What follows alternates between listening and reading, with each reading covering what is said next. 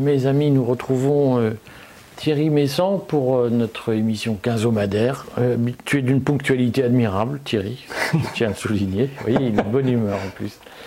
Et je vais faire une interview complètement à rebrousse-poil de Thierry aujourd'hui, même s'il y a plein d'actualités, mais on l'évoquera au fil de l'interview.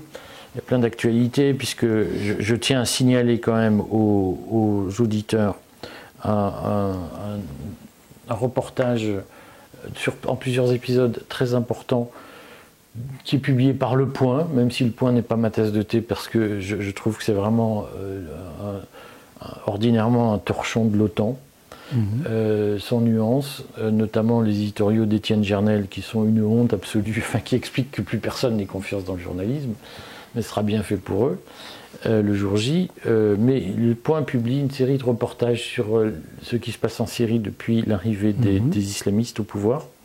Et je suggère à tout le monde de lire ces reportages, puisque le reporter qui est sur place montre comment, s'il y a une façade officielle sur on respecte tout le monde, on aime tout le monde et on va libérer la démocratie après des décennies d'obscurantisme assadien, on voit que les islamistes au jour le jour à Damas séparent les hommes et les femmes, commencent à faire des pressions de plus en plus lourdes pour que toutes les femmes se voilent, leur interdisent de travailler au ministère de la Défense, et que petit à petit les non-musulmans, les non-sunnites commencent à être dans le collimateur et commencent à cacher leur appartenance à une autre religion. Donc, c'est important de dire les non-sunnites, pas les non-musulmans.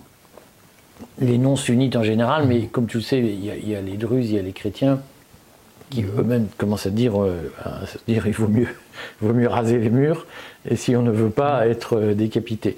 Et donc je tiens à le dire, puisque on pourrait passer beaucoup de temps à évoquer ce mensonge qui se remet en place, c'est-à-dire que nous avons eu une phase où on nous a fait croire que tout allait beaucoup mieux, et puis on voit que les vieilles méthodes reviennent au galop.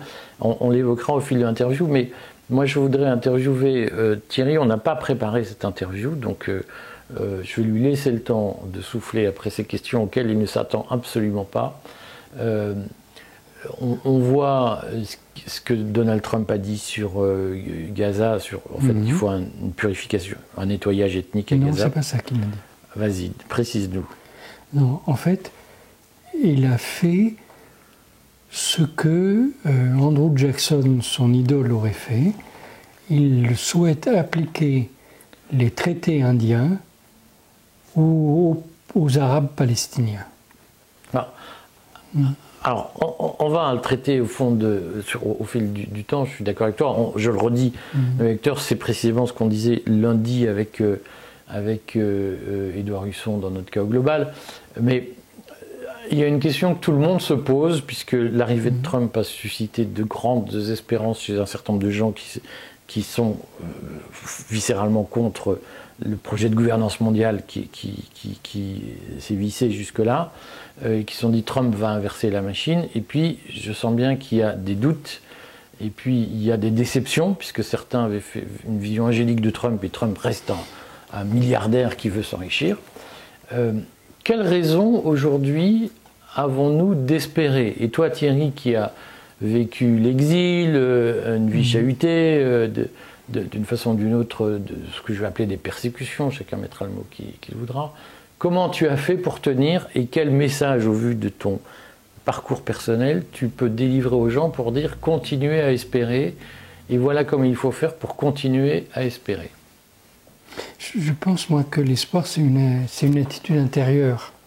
Je ne pense pas que ça dépende des événements alentours. C'est quand on est en paix avec soi-même que l'on peut traverser des épreuves terribles. Et il ne faut pas s'attendre à ce que ces épreuves s'arrêtent. Il faut simplement s'atteler à être fidèle à soi-même. Bon, je pense qu'aujourd'hui, c'est relativement simple d'être fidèle à soi-même.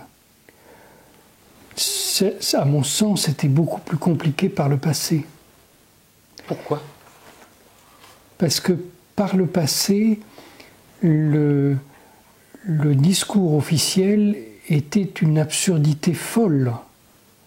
aujourd'hui, ils tentent à se remettre un peu en place. Bon, on a arrêté, non, on n'a pas vraiment arrêté en fait. On a ralenti le massacre à Gaza, on a ralenti le massacre en Iran, au Liban, on l'a ralenti au Yémen, mais il persiste. Et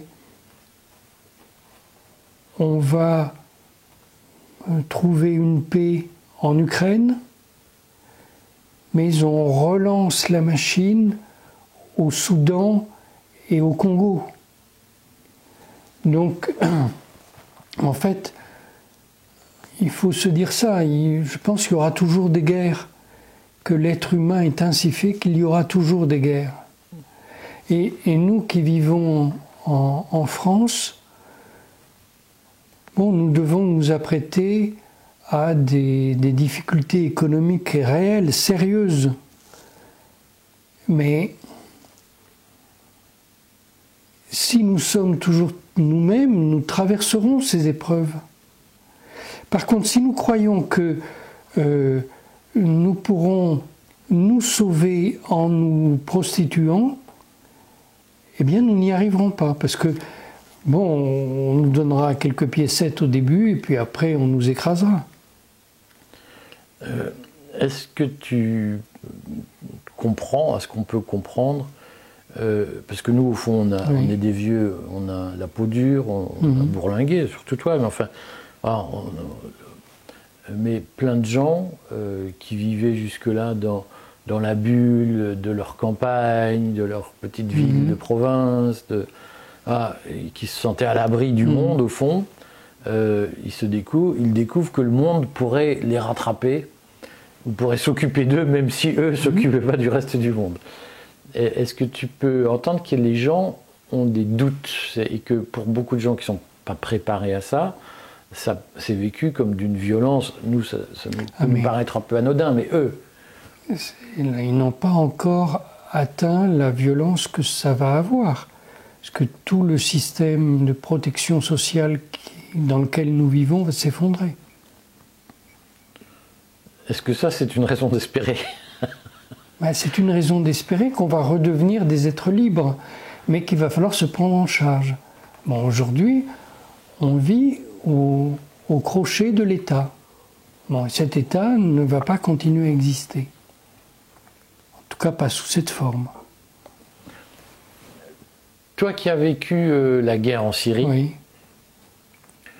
Et la Syrie n'était pas le pays le plus facile du Proche-Orient, mais pas non plus le pays le plus difficile. C'est le pays où il y avait certainement la culture la plus intense du Moyen-Orient. En Syrie, bon, il n'y avait pas de quoi manger, mais en Syrie, je pense qu'il y avait une vraie liberté, contrairement à ce qu'on raconte. Moi, j'ai une vision certainement particulière de tous ces pays, parce que j'étais publiquement homosexuel, et dans la plupart des pays du Moyen-Orient, je n'aurais pas pu vivre. Mais en Syrie, j'avais ma place. Sans réaction des gens, sans réaction négative. Personne ne réagissait à ça. Bon, ça n'empêche pas que les gens devaient plaisanter dans mon dos, je n'en doute pas. Mais ils m'acceptaient tel que j'étais. Quand les Syriens ont vu la guerre civile arriver, qu'on nous a présenté comme un mouvement spontané contre le méchant Assad, mais dont on sait que c'était un projet politique extérieur, comment le Syrien de la rue, qui pouvait craindre le régime, parce que on a peut-être une divergence là-dessus, mais beaucoup de gens craignaient le régime, savaient qu'il ne fallait pas se frotter au Assad, mais si on ne se frottait pas au Assad, on avait une vie libre. C'est ce que le témoignage, le reportage du Point permet de montrer. Les gens disent « Ah mais je suis musulman, sunnite, mais je pouvais blasphémer comme je voulais, personne ne me faisait chier sous Assad. Et maintenant, tout le monde regarde pour savoir si on n'est pas entendu dès qu'on dit un mot plus haut que l'autre. » Donc il y avait effectivement Dès lors qu'on ne faisait pas de politique, d'une certaine façon, on était libre en Syrie, contrairement à ce qu'on a pu dire. Quand ces gens-là ont vu la guerre civile arriver, leur quartier bombardé, des échanges dans les rues, des morts, des scènes tragiques, comment ils ont réagi, comment ils ont fait pour tenir? Alors, deux choses. D'abord, en Syrie, on pouvait faire de la politique. Il y avait des sujets, enfin des engagements qui n'étaient pas acceptés, mais en fait, c'est pour des raisons de sécurité nationale qui n'étaient pas acceptés. C'est pas parce que ça déplaisait au président Assad, pas du tout. C'était pas ça le critère. Bon. Ensuite, comment les gens ont réagi à ça? Il y en a au début qui ont pensé que il y avait des raisons de se révolter. Alors, c'était raison fantasmée, et c'est parce qu'on leur disait, non pas qu'il y avait des choses qu'il fallait renverser, mais que s'ils renversaient le gouvernement, il y aurait des choses qu'ils préféreraient parce qu'elles seraient favorables à leur communauté. Alors que le système voulait maintenir une égalité entre tous, quelle que soit sa communauté. Alors peut-être il y en a qui ont réagi à ça sans réfléchir que ça allait se faire au détriment des autres. Et il y a une folie qui s'est emparée des gens. Vous savez, quand on veut reprocher quelque chose à son chien, on dit qu'il a la rage. Mais là, par exemple, il y a eu les premières manifestations qu'il y a eu à Damas contre le régime, c'était pour réclamer des réparations sur des terrains qui avaient été expropriés pendant la colonisation française. Qu'est-ce que ça avait de rapport avec le régime? Rien du tout. Et ils ne pouvaient rien faire par rapport à ça. Donc, les gens ont commencé à être pris par des revendications absurdes, en fait, mais sans s'en rendre compte. Et je me souviens qu'ils voulaient reprocher quelque chose à l'État, alors tout était bon. Je me souviens de quelqu'un qui m'a expliqué que les services de sécurité avaient perquisitionné chez lui à 6 heures du matin. Quelle honte! Mais ça arrive tous les jours en France, ça. Moi, ça m'est arrivé. Donc, ça m'est arrivé en France, pas en Syrie. Donc, effectivement, il faut se protéger par rapport à d'éventuels abus de la police, mais là, c'était pas un abus. Donc, voilà, je pense que les gens, au début, certains ont marché avec ce qu'on leur proposait. Et ils n'ont pas compris ce qui se passait. Effectivement, on ne peut pas envisager qu'une puissance extérieure vienne semer le trouble chez nous. On pense toujours que c'est la faute de l'un ou de l'autre, mais on n'imagine pas que quelqu'un qu'on ne voit pas est là à l'œuvre. Bon, évidemment, si vous aviez une vision globale, vous vous rendiez compte que les endroits où il y avait des explosions de violence, en fait, on pouvait les suivre sur une carte. Ça n'était jamais à 2 endroits en même temps. C'était un groupe qui se déplaçait et qui provoquait les problèmes. En fait, il y avait 2 groupes même qui, à l'époque, se déplaçaient pour ça. Donc, 2 groupes de combien de personnes? Mais très peu, c'est quelques dizaines de personnes. C'est vraiment insignifiant. Et ces gens-là étaient capables de créer des problèmes. Bon, moi, j'avais déjà observé ça en Libye. En Libye, j'avais vu... Alors, c'est une affaire très bizarre, parce que je suis arrivé en Libye après le début des événements. Mais lorsque j'ai quitté la Libye, dans des conditions apocalyptiques, lorsque j'ai quitté la Libye, je me suis retrouvé sur un bateau avec des membres des forces spéciales italiennes qui avaient été extraits de prison par l'OTAN et qui étaient révoltés par ce qu'ils avaient vécu. Parce qu'en fait, ils ont raconté, on les avait envoyés en Libye pour une opération spéciale. Eux-mêmes, bon, ils font ce qu'on leur demande sans trop réfléchir.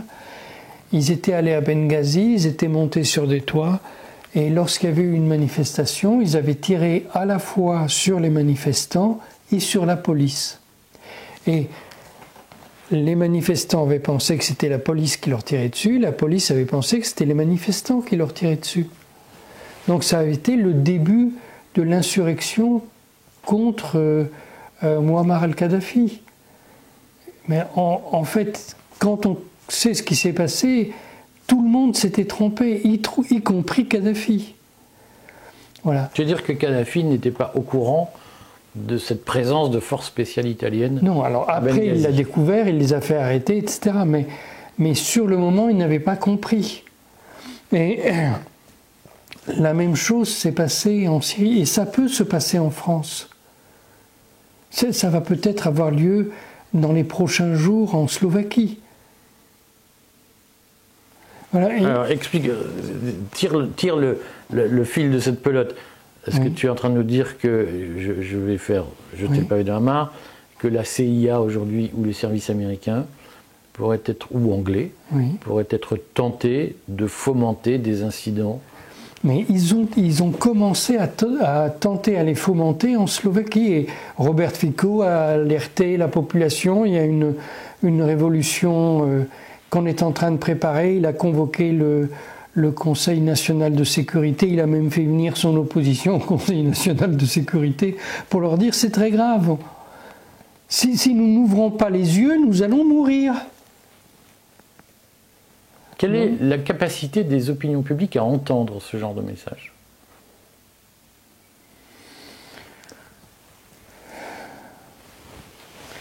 Écoutez, je ne sais pas, parce que moi j'ai essayé d'arrêter des phénomènes comme celui-là au Venezuela par exemple, et le gouvernement de Maduro n'a pas du tout compris. Puisque lui reste dans une perspective de le capitaliste contre les prolétaires, et il a tout faux. Pourquoi? Parce que c'est pas ça qui se passe. Nous sommes des gens civilisés, nous n'avons aucun intérêt à nous battre entre nous, nous le savons très bien. Alors, ça ne veut pas dire qu'il n'y a pas d'opposition, ça ne veut pas dire qu'on ne va pas tenter des choses les uns contre les autres, mais on ne va pas s'assassiner les uns les autres.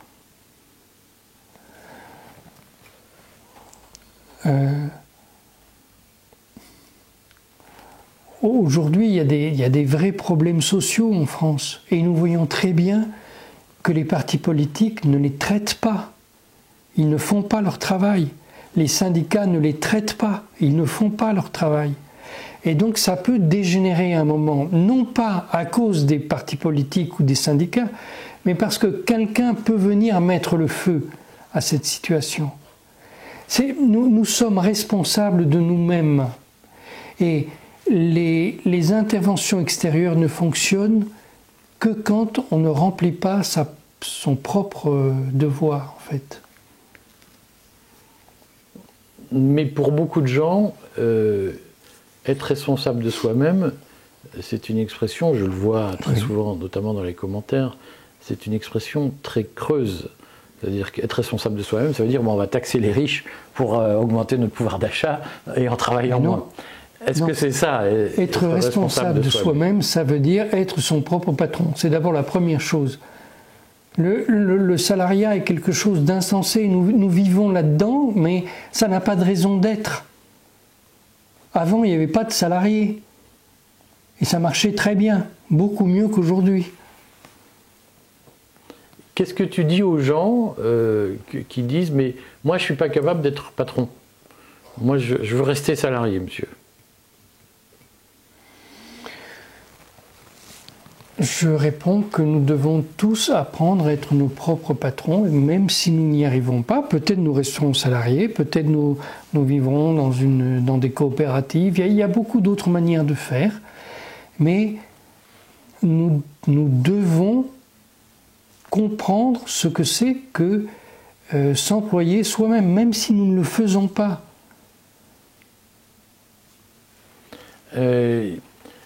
Quand tu mets en regard ton parcours, oui. Ce que tu as vu en Syrie, ce que tu as vu en Libye, ce que j'ai vu en Ukraine. Comment tu as fait pour le voir en Ukraine? Parce que j'ai été en Ukraine. Toujours une révélation nouvelle de Thierry. Mais tu y étais quand en Ukraine? Peu importe. Est-ce que tu peux nous faire, je vais utiliser un mot pédant, une phénoménologie d'un peuple à l'aube d'une guerre civile? Comment les gens réagissent? Est-ce qu'on voit des changements dans le fonctionnement collectif? Comment les gens gardent espoir dans ces situations tragiques? Pour moi, dans tous les cas, la guerre civile, ce ne sont pas des guerres civiles. Enfin, moi, je n'ai pas vu nulle part de guerre civile. La Yougoslavie, ça n'était pas une guerre civile. C'est quelque chose qui a été organisé de l'extérieur. Alors oui, ça a pris les allures d'une guerre civile parce que les différentes communautés se sont affrontées. Mais auparavant, quand on disait qu'une population était balkanisée, ça voulait dire que toutes les communautés étaient imbriquées les unes dans les autres. Aujourd'hui, ça veut dire que les communautés sont séparées et qu'elles s'affrontent. Mais c'est le même mot. Et on n'est pas passé de l'un à l'autre par un coup de baguette magique. Il y a eu une réflexion là-dessus, qui a commencé précisément en Yougoslavie avec la théorie du Pentagone du combat de chiens. On disait, voilà, c'est comme les chiens ils ne se battent pas tout seuls les uns contre les autres. Mais on peut les amener à s'affronter. Et le Pentagone voulait démontrer, à l'époque, le Pentagone et la CIA voulaient démontrer ensemble que l'on pouvait détruire un État comme la Yougoslavie. Et aujourd'hui, c'est plus un État, c'est 7 États différents. Donc, voilà, on peut faire ça. Et ça, on peut le faire partout. Les États-Unis ont appliqué ce principe en Irak, où ils ont réussi. En Afghanistan, c'était pas un État, mais ils ont quand même réussi à en rajouter dans les divisions. En Libye, ils ont divisé le pays en 3. En Syrie, ils vont le diviser bientôt. Même si nous ne le voyons pas, mais c'est évident que ça ne peut pas fonctionner tel que les djihadistes sont en train de l'organiser.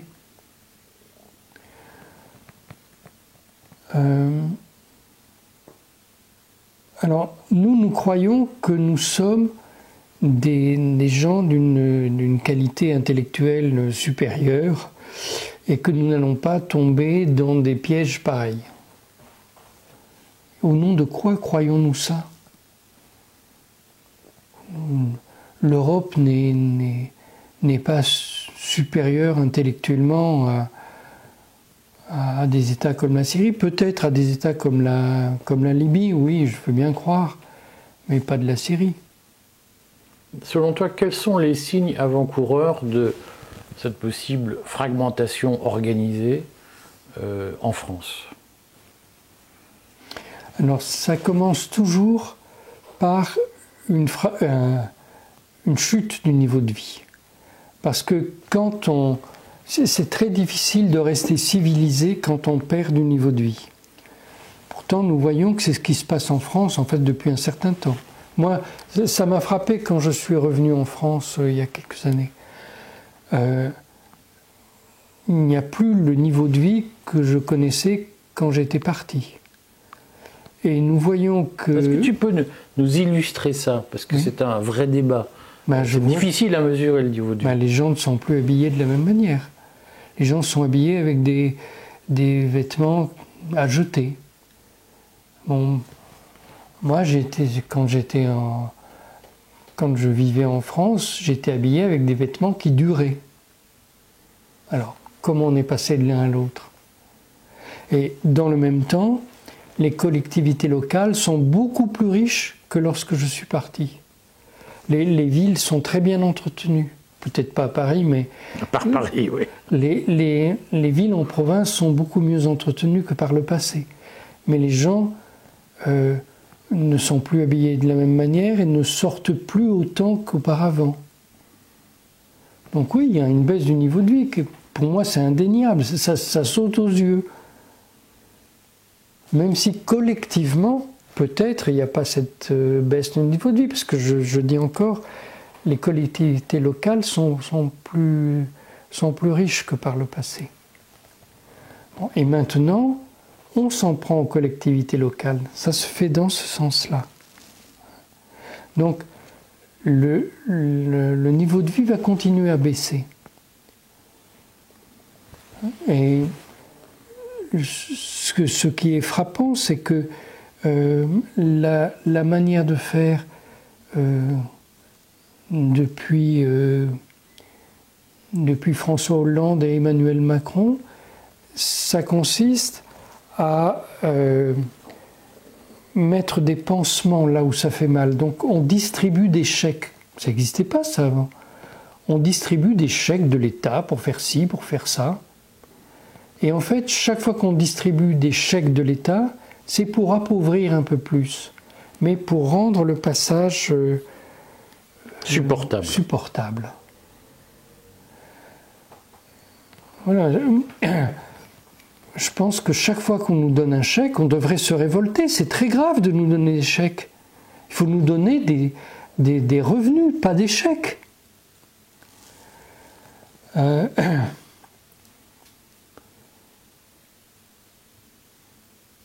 Et toujours quand on veut affaiblir un peuple, on s'en prend à son histoire.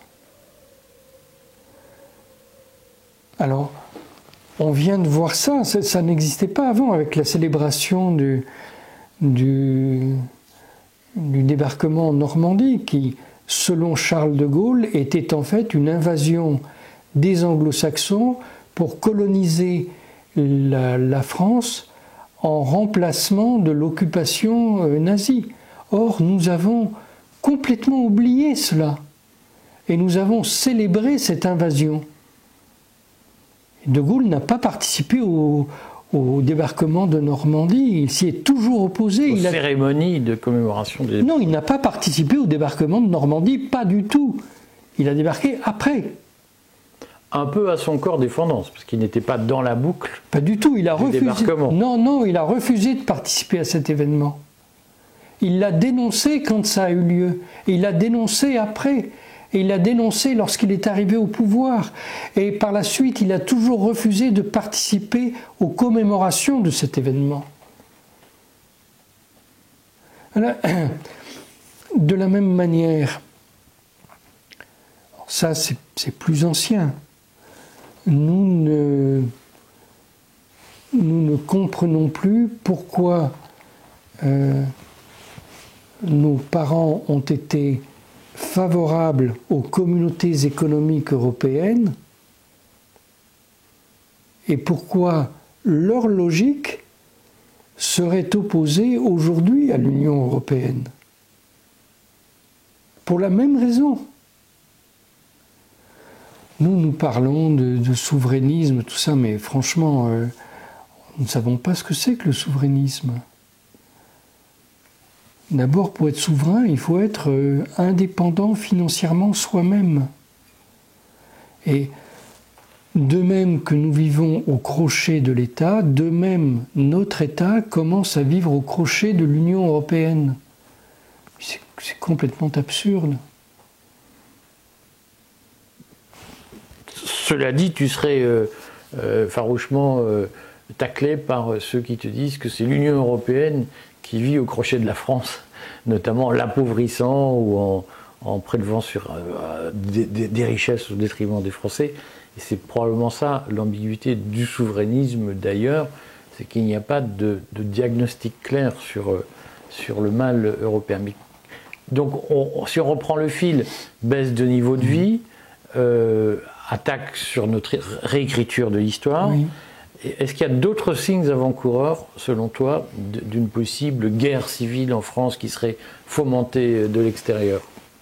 Est-ce que, selon toi, les Gilets jaunes en ont été une illustration?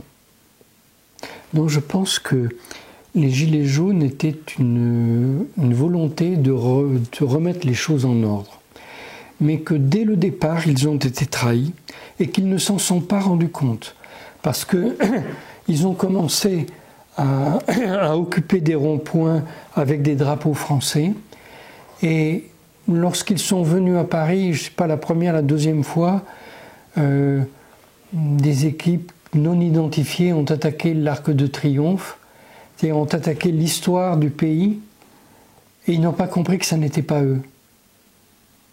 Mais c'était complètement contradictoire, le message de ceux qui ont attaqué l'Arc de Triomphe avec ce que eux disaient. Donc dès le départ, ce mouvement a été renvoyé et ne pouvait plus servir à rien. Mais pourtant, ce qu'il a suscité était très réel et c'était c'était vraiment un très beau message qu'ils avaient. Mais est-ce que tu penses imaginable, puisqu'on parle des Gilets jaunes, que c'est une question, hein, en réalité, il y a toujours un mécontentement populaire, oui. Hein, qu'on va appeler de l'ordre de la jacquerie, historique, voilà, c'est pas quelque chose de nouveau, c'est quelque chose qui a traversé les siècles. Mais le fait que ça se coalise, que ça se viralise sur les réseaux sociaux, est-ce que ça peut être, par exemple, l'intervention d'un Steve Bannon, qui s'était installé à Bruxelles quelques mois avant, qui a voulu déstabiliser Macron au moment où Macron disait « l'OTAN est en état de mort cérébrale, il faut une défense européenne ». Est-ce que tu penses qu'il a pu y avoir une interférence entre ces sujets? C'est possible, mais si Steve Bannon a agi sur Internet pour favoriser les Gilets jaunes, il peut l'avoir fait simplement parce qu'il a une conception du pouvoir populaire très forte. Et ce n'est pas lui qui aura fait l'opération à l'Arc de Triomphe. Ça, c'est pas du tout du Steve Bannon. Et je dirais que l'opération à l'Arc de Triomphe, pour moi, elle a probablement été organisée par des groupes pilotés par les élites françaises, par des élites françaises. C'est une vieille technique hein, d'avoir un groupe que l'on utilise contre la manifestation, pour juguler la manifestation. Mais à ce moment-là, ceux qui ont fait ça n'ont probablement pas réfléchi à ce qu'ils faisaient.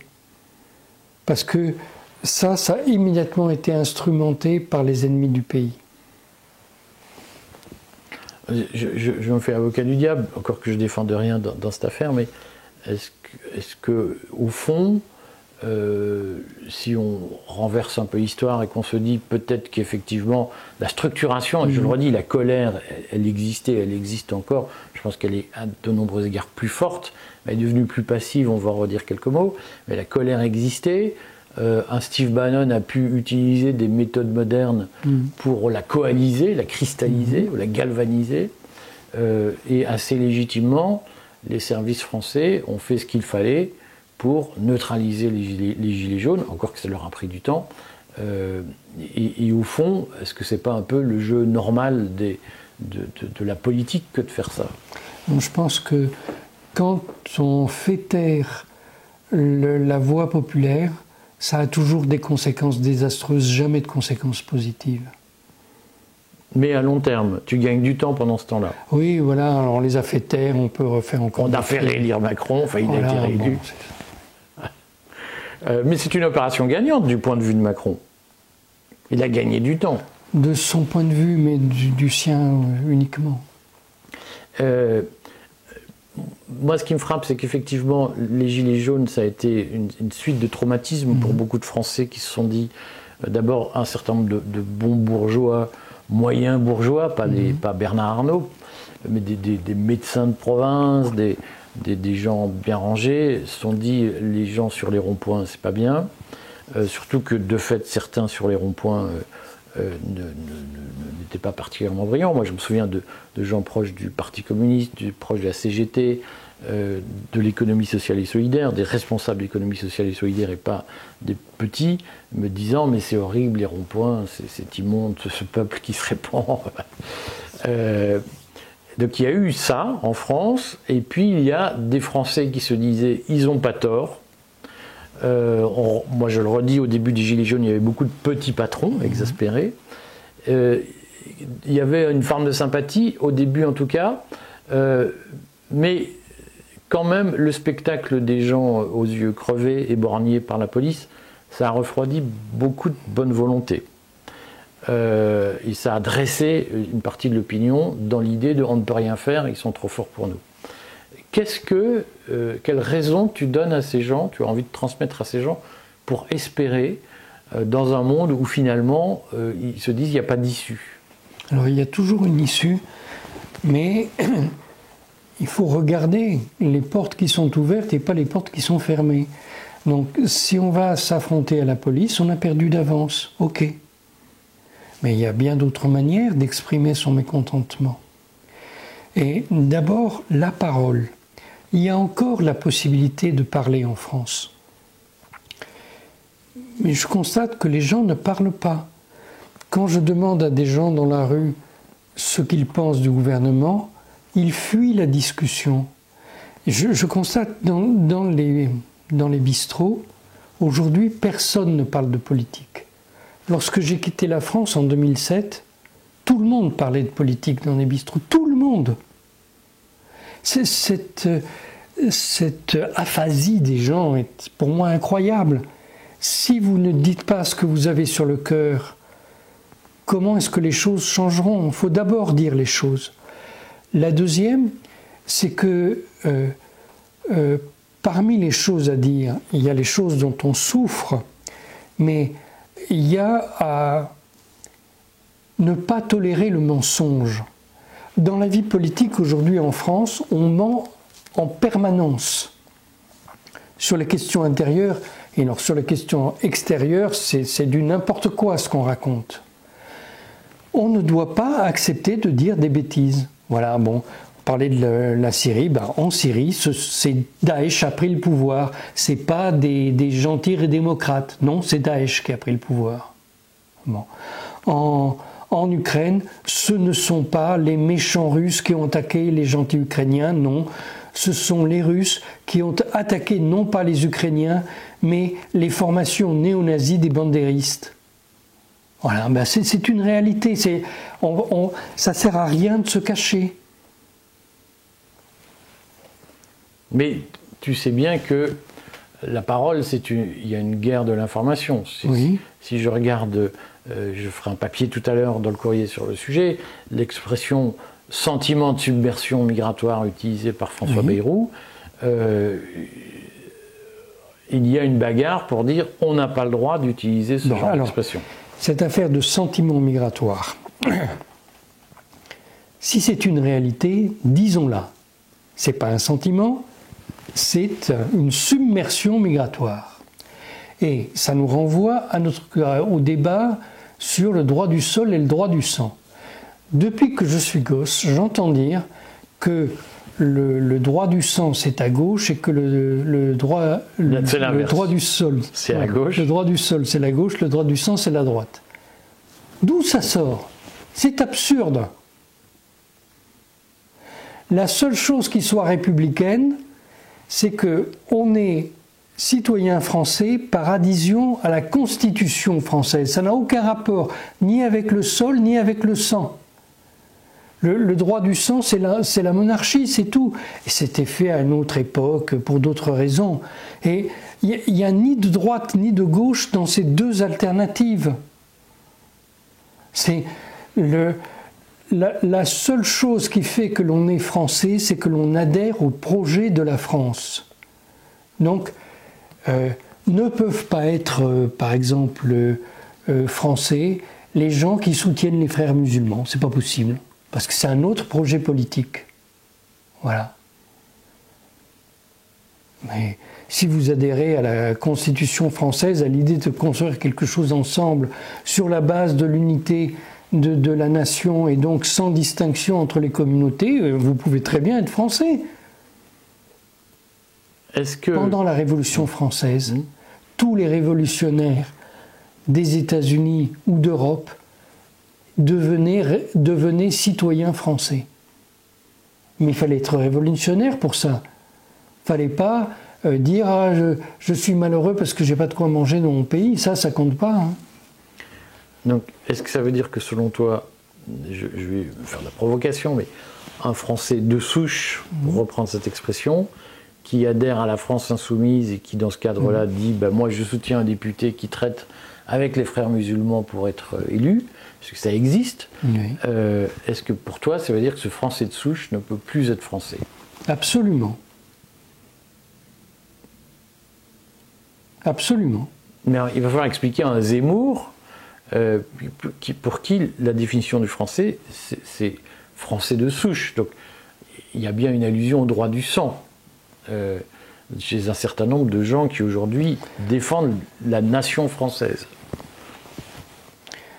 Alors moi, je n'ai jamais discuté avec Éric Zemmour, donc je ne sais pas trop ce qu'il pense sur le fond, en fait. Mais moi, je pense que tous les problèmes qui nous divisent aujourd'hui sont des problèmes qui sont mal posés. Que si nous prenons du temps pour regarder les options qui sont en face de nous, en fait, il y a une solution. Toujours il y a une solution.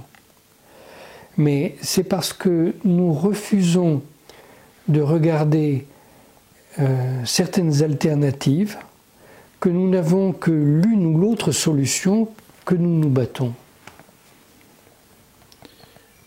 Alors donc pour en revenir à ma question de fond, quelles sont les portes ouvertes aujourd'hui, à part l'obligation de parler, et je le redis, la parole est un enjeu politique aujourd'hui, le droit de décrire une réalité, celle qu'on ressent ou celle qu'on perçoit, est un enjeu politique.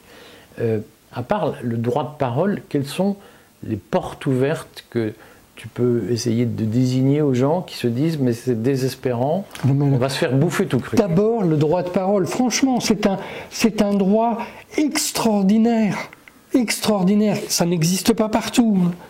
Donc, nous pouvons parler, parlons, mais parlons en disant des choses utiles, c'est-à-dire en disant ce que nous voyons et en refusant de répéter des mensonges.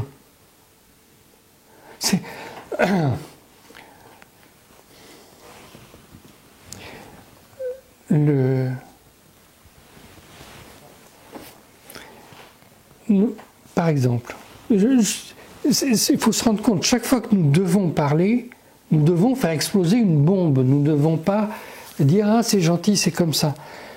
Aujourd'hui, nous avons un débat sur les retraites. C'est repoussé encore, je ne sais pas. Bon. Alors, moi, je préférais avoir la retraite à la naissance. Mais ça ne veut pas dire que ça soit possible. Et on peut se battre, l'âge, etc. Mais surtout, ce qu'il faut se rendre compte, c'est que les générations précédentes, alors, depuis 2 générations, il y a des retraites, mais les générations avant n'avaient pas de retraite. Il n'y en avait pas du tout. Donc, bon, ça, je sais, le principe de la retraite, ça a commencé pour certaines professions sous Louis XIV, d'accord, mais ça n'a pas été généralisé comme ça. Et l'idée, c'est qu'on était à la retraite quand on ne pouvait plus travailler. Il n'y a pas un autre âge que la retraite, que celui auquel on ne peut plus travailler. La retraite, c'est pas fait pour se tourner les pouces. Et l'idée que on va s'abrutir dans un travail débile pendant toute sa vie et qu'on va pouvoir souffler quand on sera à la retraite, pour moi, c'est pas acceptable. C'est une conception révoltante du travail et révoltante de l'après-travail. Moi, je suis content de travailler et je veux continuer à travailler jusqu'à ce que je sois épuisé. Je ne vais pas te faire des amis. Hein. Est-ce que tu penses que les élections, ça non, peut mais je être... dis ça parce que je suis fier de mon travail. Mais j'ai parfaitement conscience qu'il y a des gens pour qui le travail est terrible. Mais il ne faut pas de ce travail-là. Il faut lutter contre ce travail-là. Je rappelle que j'ai fait une vidéo la semaine dernière sur le travail et la culture de la lutte, puisque je vois effectivement beaucoup de gens se plaindre de leur travail, mais dans la pratique, ils ne font rien pour le changer et ils ne s'organisent pas, notamment faisant du syndicalisme. Est-ce que les élections, c'est une porte ouverte? Est-ce qu'on peut se sauver? Est-ce qu'on peut se redresser par un processus électoral? Alors, je ne pense pas qu'on puisse se redresser par un processus électoral parce que je ne pense pas qu'aujourd'hui, on puisse organiser des élections véritablement démocratiques où toutes les opinions puissent s'exprimer et puissent être entendues de manière égale, en fait. Par contre, je pense que dans les débats électoraux, on peut toujours dire beaucoup de choses.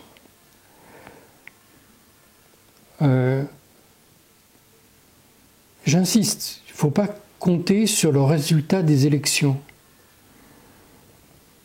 Quand je vois comment elles sont organisées dans les pays développés, bon, c'est vraiment élection piège à con.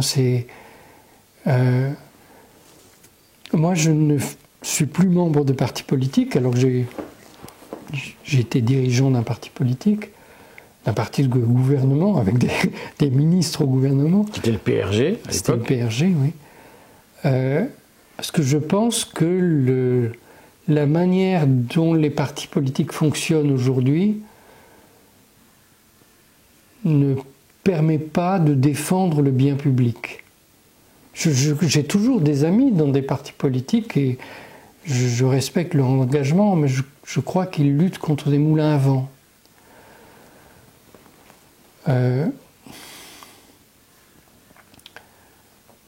Il nous faut remettre à plat tout ce qui nous paraît évident, en fait. Bon, moi j'étais au PRG, hein, tu disais. Donc c'est les républicains radicaux. Les radicaux. Radicaux de gauche. Oui, là c'était les radicaux de gauche, parce qu'après la Deuxième Guerre mondiale, on a fait une division entre radicaux de droite et radicaux de gauche, si bien que plus personne n'est radicaux, parce que c'est contraire même à l'idéologie du radicalisme, le radicalisme républicain. Donc là, tu m'as coupé, je sais plus ce que j'allais dire. Tu t'es coupé tout seul. Pour une fois, c'était pas moi.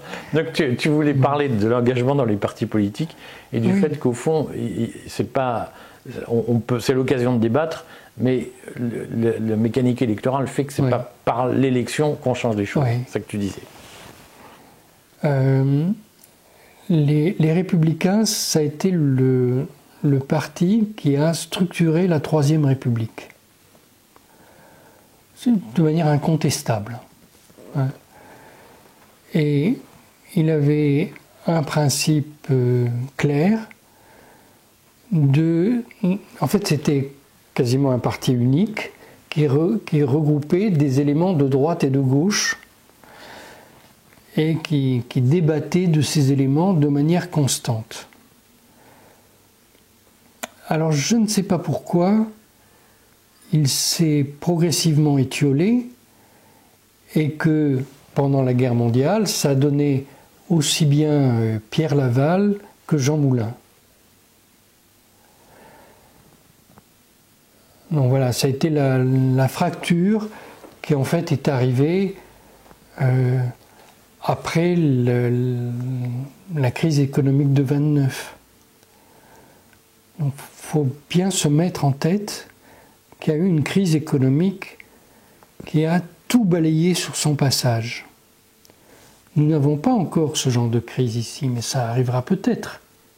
On l'a perlé. C'est-à-dire que petit à petit, il y a régulièrement des secousses, mais dont le système parvient à endiguer d'une façon ou d'une autre, grâce à la dette notamment, les effets sociaux.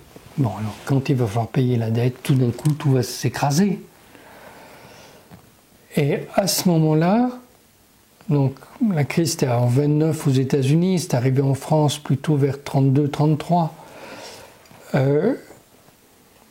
À ce moment-là, les gens en France ont dit le système économique est fini.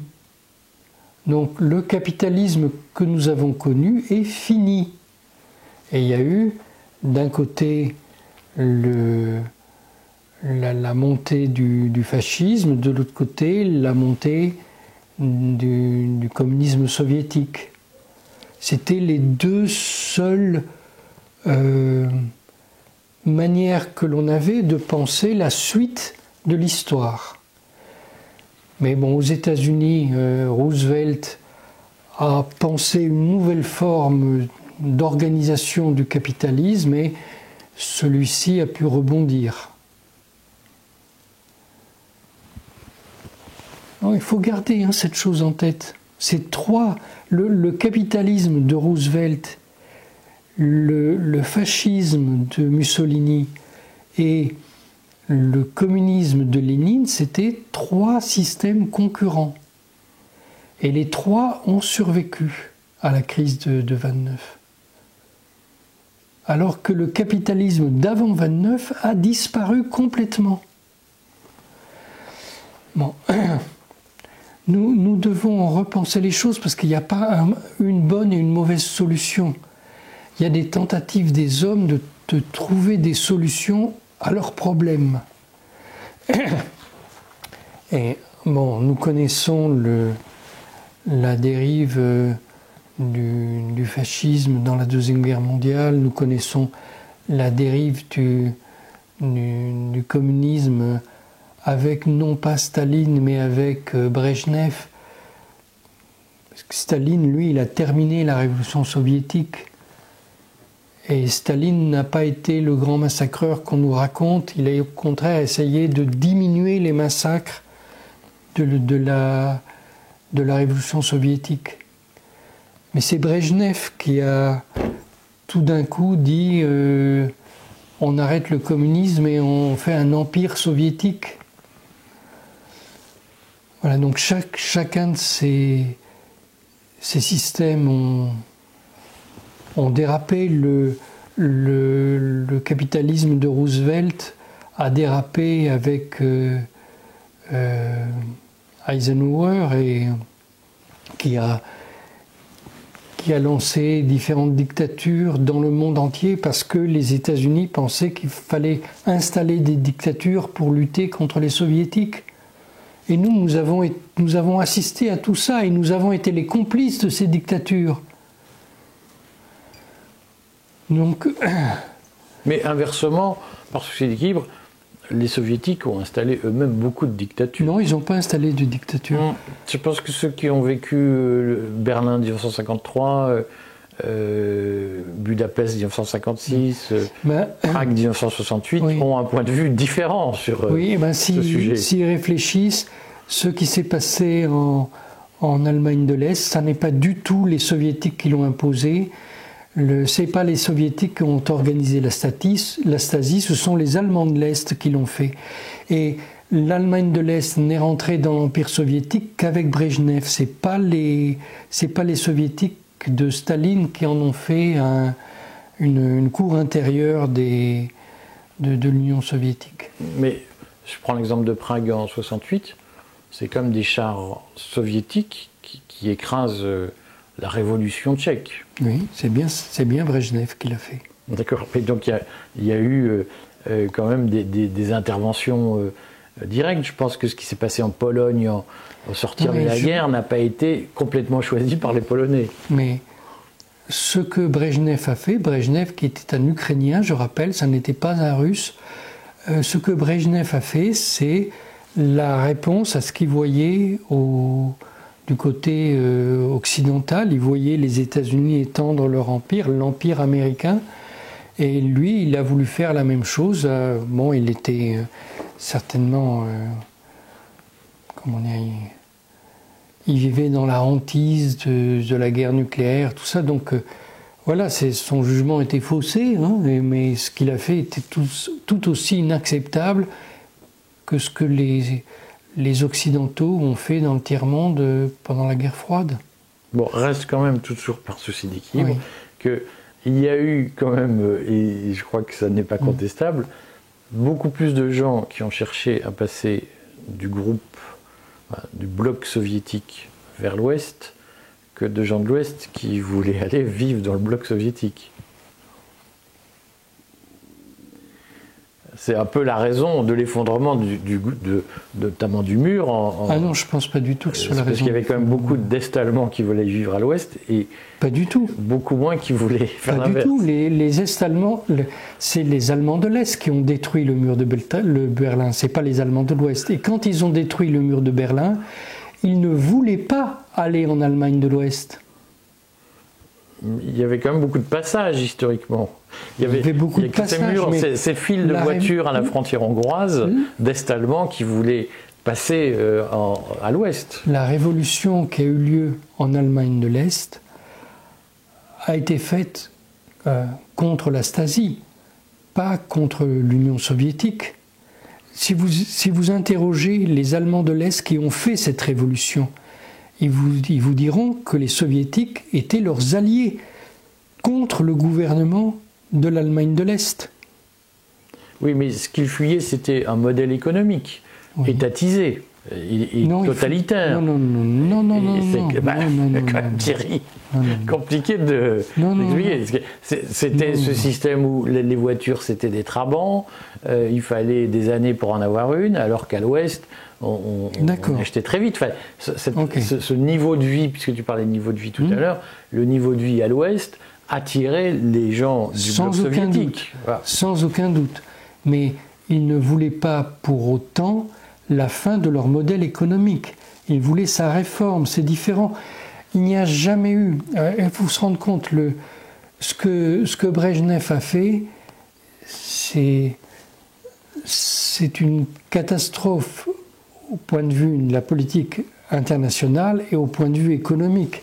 Il a mis une chape de plomb sur l'Union soviétique et sur les pays satellites de l'Union soviétique. Bon. Que cela ait voulu vivre selon un autre modèle, c'est évident. Mais cet autre modèle, il n'y a qu'une seule personne qui a tenté de le faire. C'était Gorbatchev. Et il s'est planté d'une manière invraisemblable. Et ce modèle n'a été poursuivi qu'en Transnistrie. Le petit État, la petite indice entre l'Ukraine et la Moldavie. Et là, dans ce pays-là, les gens étaient fort contents de ce qu'ils ont réussi à faire, d'avoir des usines où ils étaient responsables de leur usine, et il y avait pas l'État n'avait rien à faire avec tout ça, et où en même temps ils avaient un système collectif qui les satisfaisait. Mais parce que ce sont des peuples qui ont des traditions de vie collective qui n'existent pas chez nous. C'est pas la même culture, il faut se rendre compte de ça, ça n'est pas la même culture. Il ne faut pas projeter sur les autres les réactions que nous aurions eues, parce qu'ils ont une autre histoire.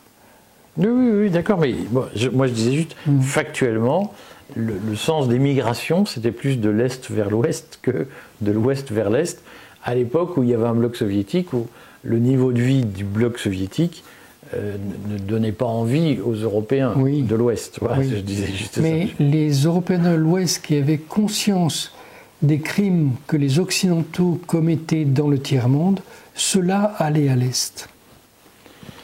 On fera un débat, si tu veux, sur ce sujet.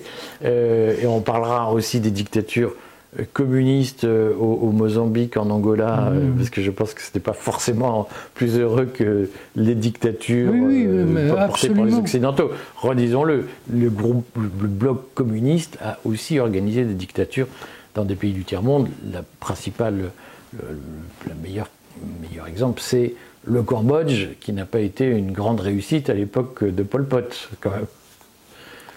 Oui, mais bien sûr. Mais le gouvernement de Pol Pot n'a pas massacré sa population sur instruction du bloc de l'Est. On refera une série Pol Pot et Kampuchea militaire. D'ici là, toi qui as vécu cette situation où tu as dû partir, où tu t'es retrouvé d'une façon ou d'une autre dans un autre cadre du jour au lendemain sans l'avoir choisi, dans des pays en guerre, dans des pays victimes de guerre civile notamment, est-ce qu'il t'est arrivé, à titre personnel, d'avoir des moments de doute sur tes choix, des moments d'angoisse? Jamais. Comment ça, explique ça aux gens, parce que plein de gens, je vois bien, sont angoissés. Qu'est-ce que tu leur dis aux gens? Comment on fait pour ne pas être angoissé? Ah non, mais j'ai pas dit que je n'étais pas angoissé, mais j'ai jamais eu de doute sur ce que je devais faire. Non, j'ai été très angoissé lors de la chute de Tripoli, où pendant plusieurs semaines, j'ai cru que j'allais mourir. J'allais mourir à chaque minute. C'était... Donc là, j'étais très angoissé, mais je n'ai jamais changé d'avis. Comment on fait pour surmonter cette angoisse? Comment tu as fait, toi? Essaye de donner ce message d'espoir aux gens qui vont te regarder et qui l'attendent.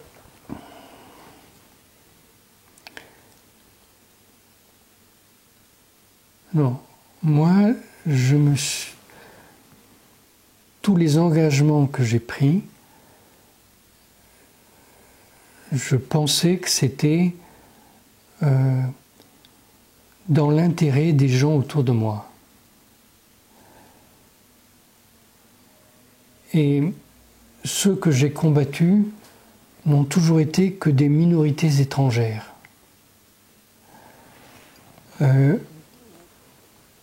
Alors des gens très puissants, mais moi je n'avais pas de doute d'être du bon côté. Et aussi angoissé que j'ai pu être à certains moments, je pense que mourir dans ce combat-là, c'était bien. J'ai jamais pensé que... C'est quand on voit les gens mourir, mais regardez vos parents mourir. Il y a des gens qui meurent sereins et d'autres pas. Voilà, moi j'ai pensé mourir serein même si j'étais angoissé.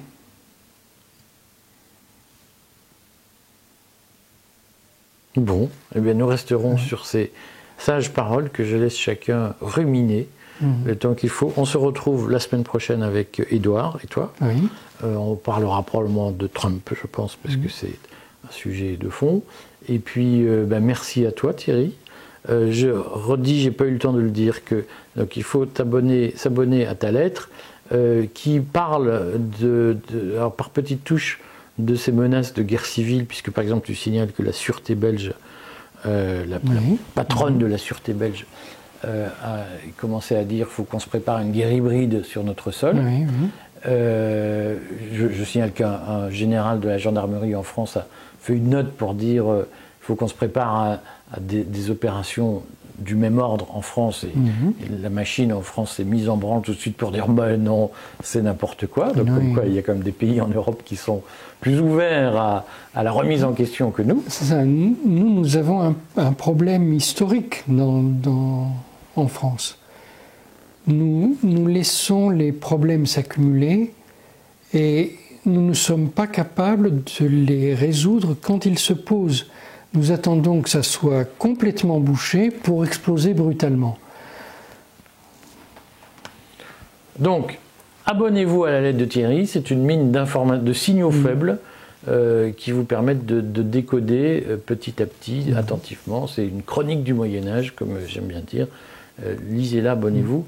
Et puis abonnez-vous, bien entendu, au Courrier des Stratèges. Et on vous dira bientôt à quelle date nous ferons ensemble une soirée avec Thierry à laquelle vous pourrez participer. À bientôt, mes amis. À très bientôt.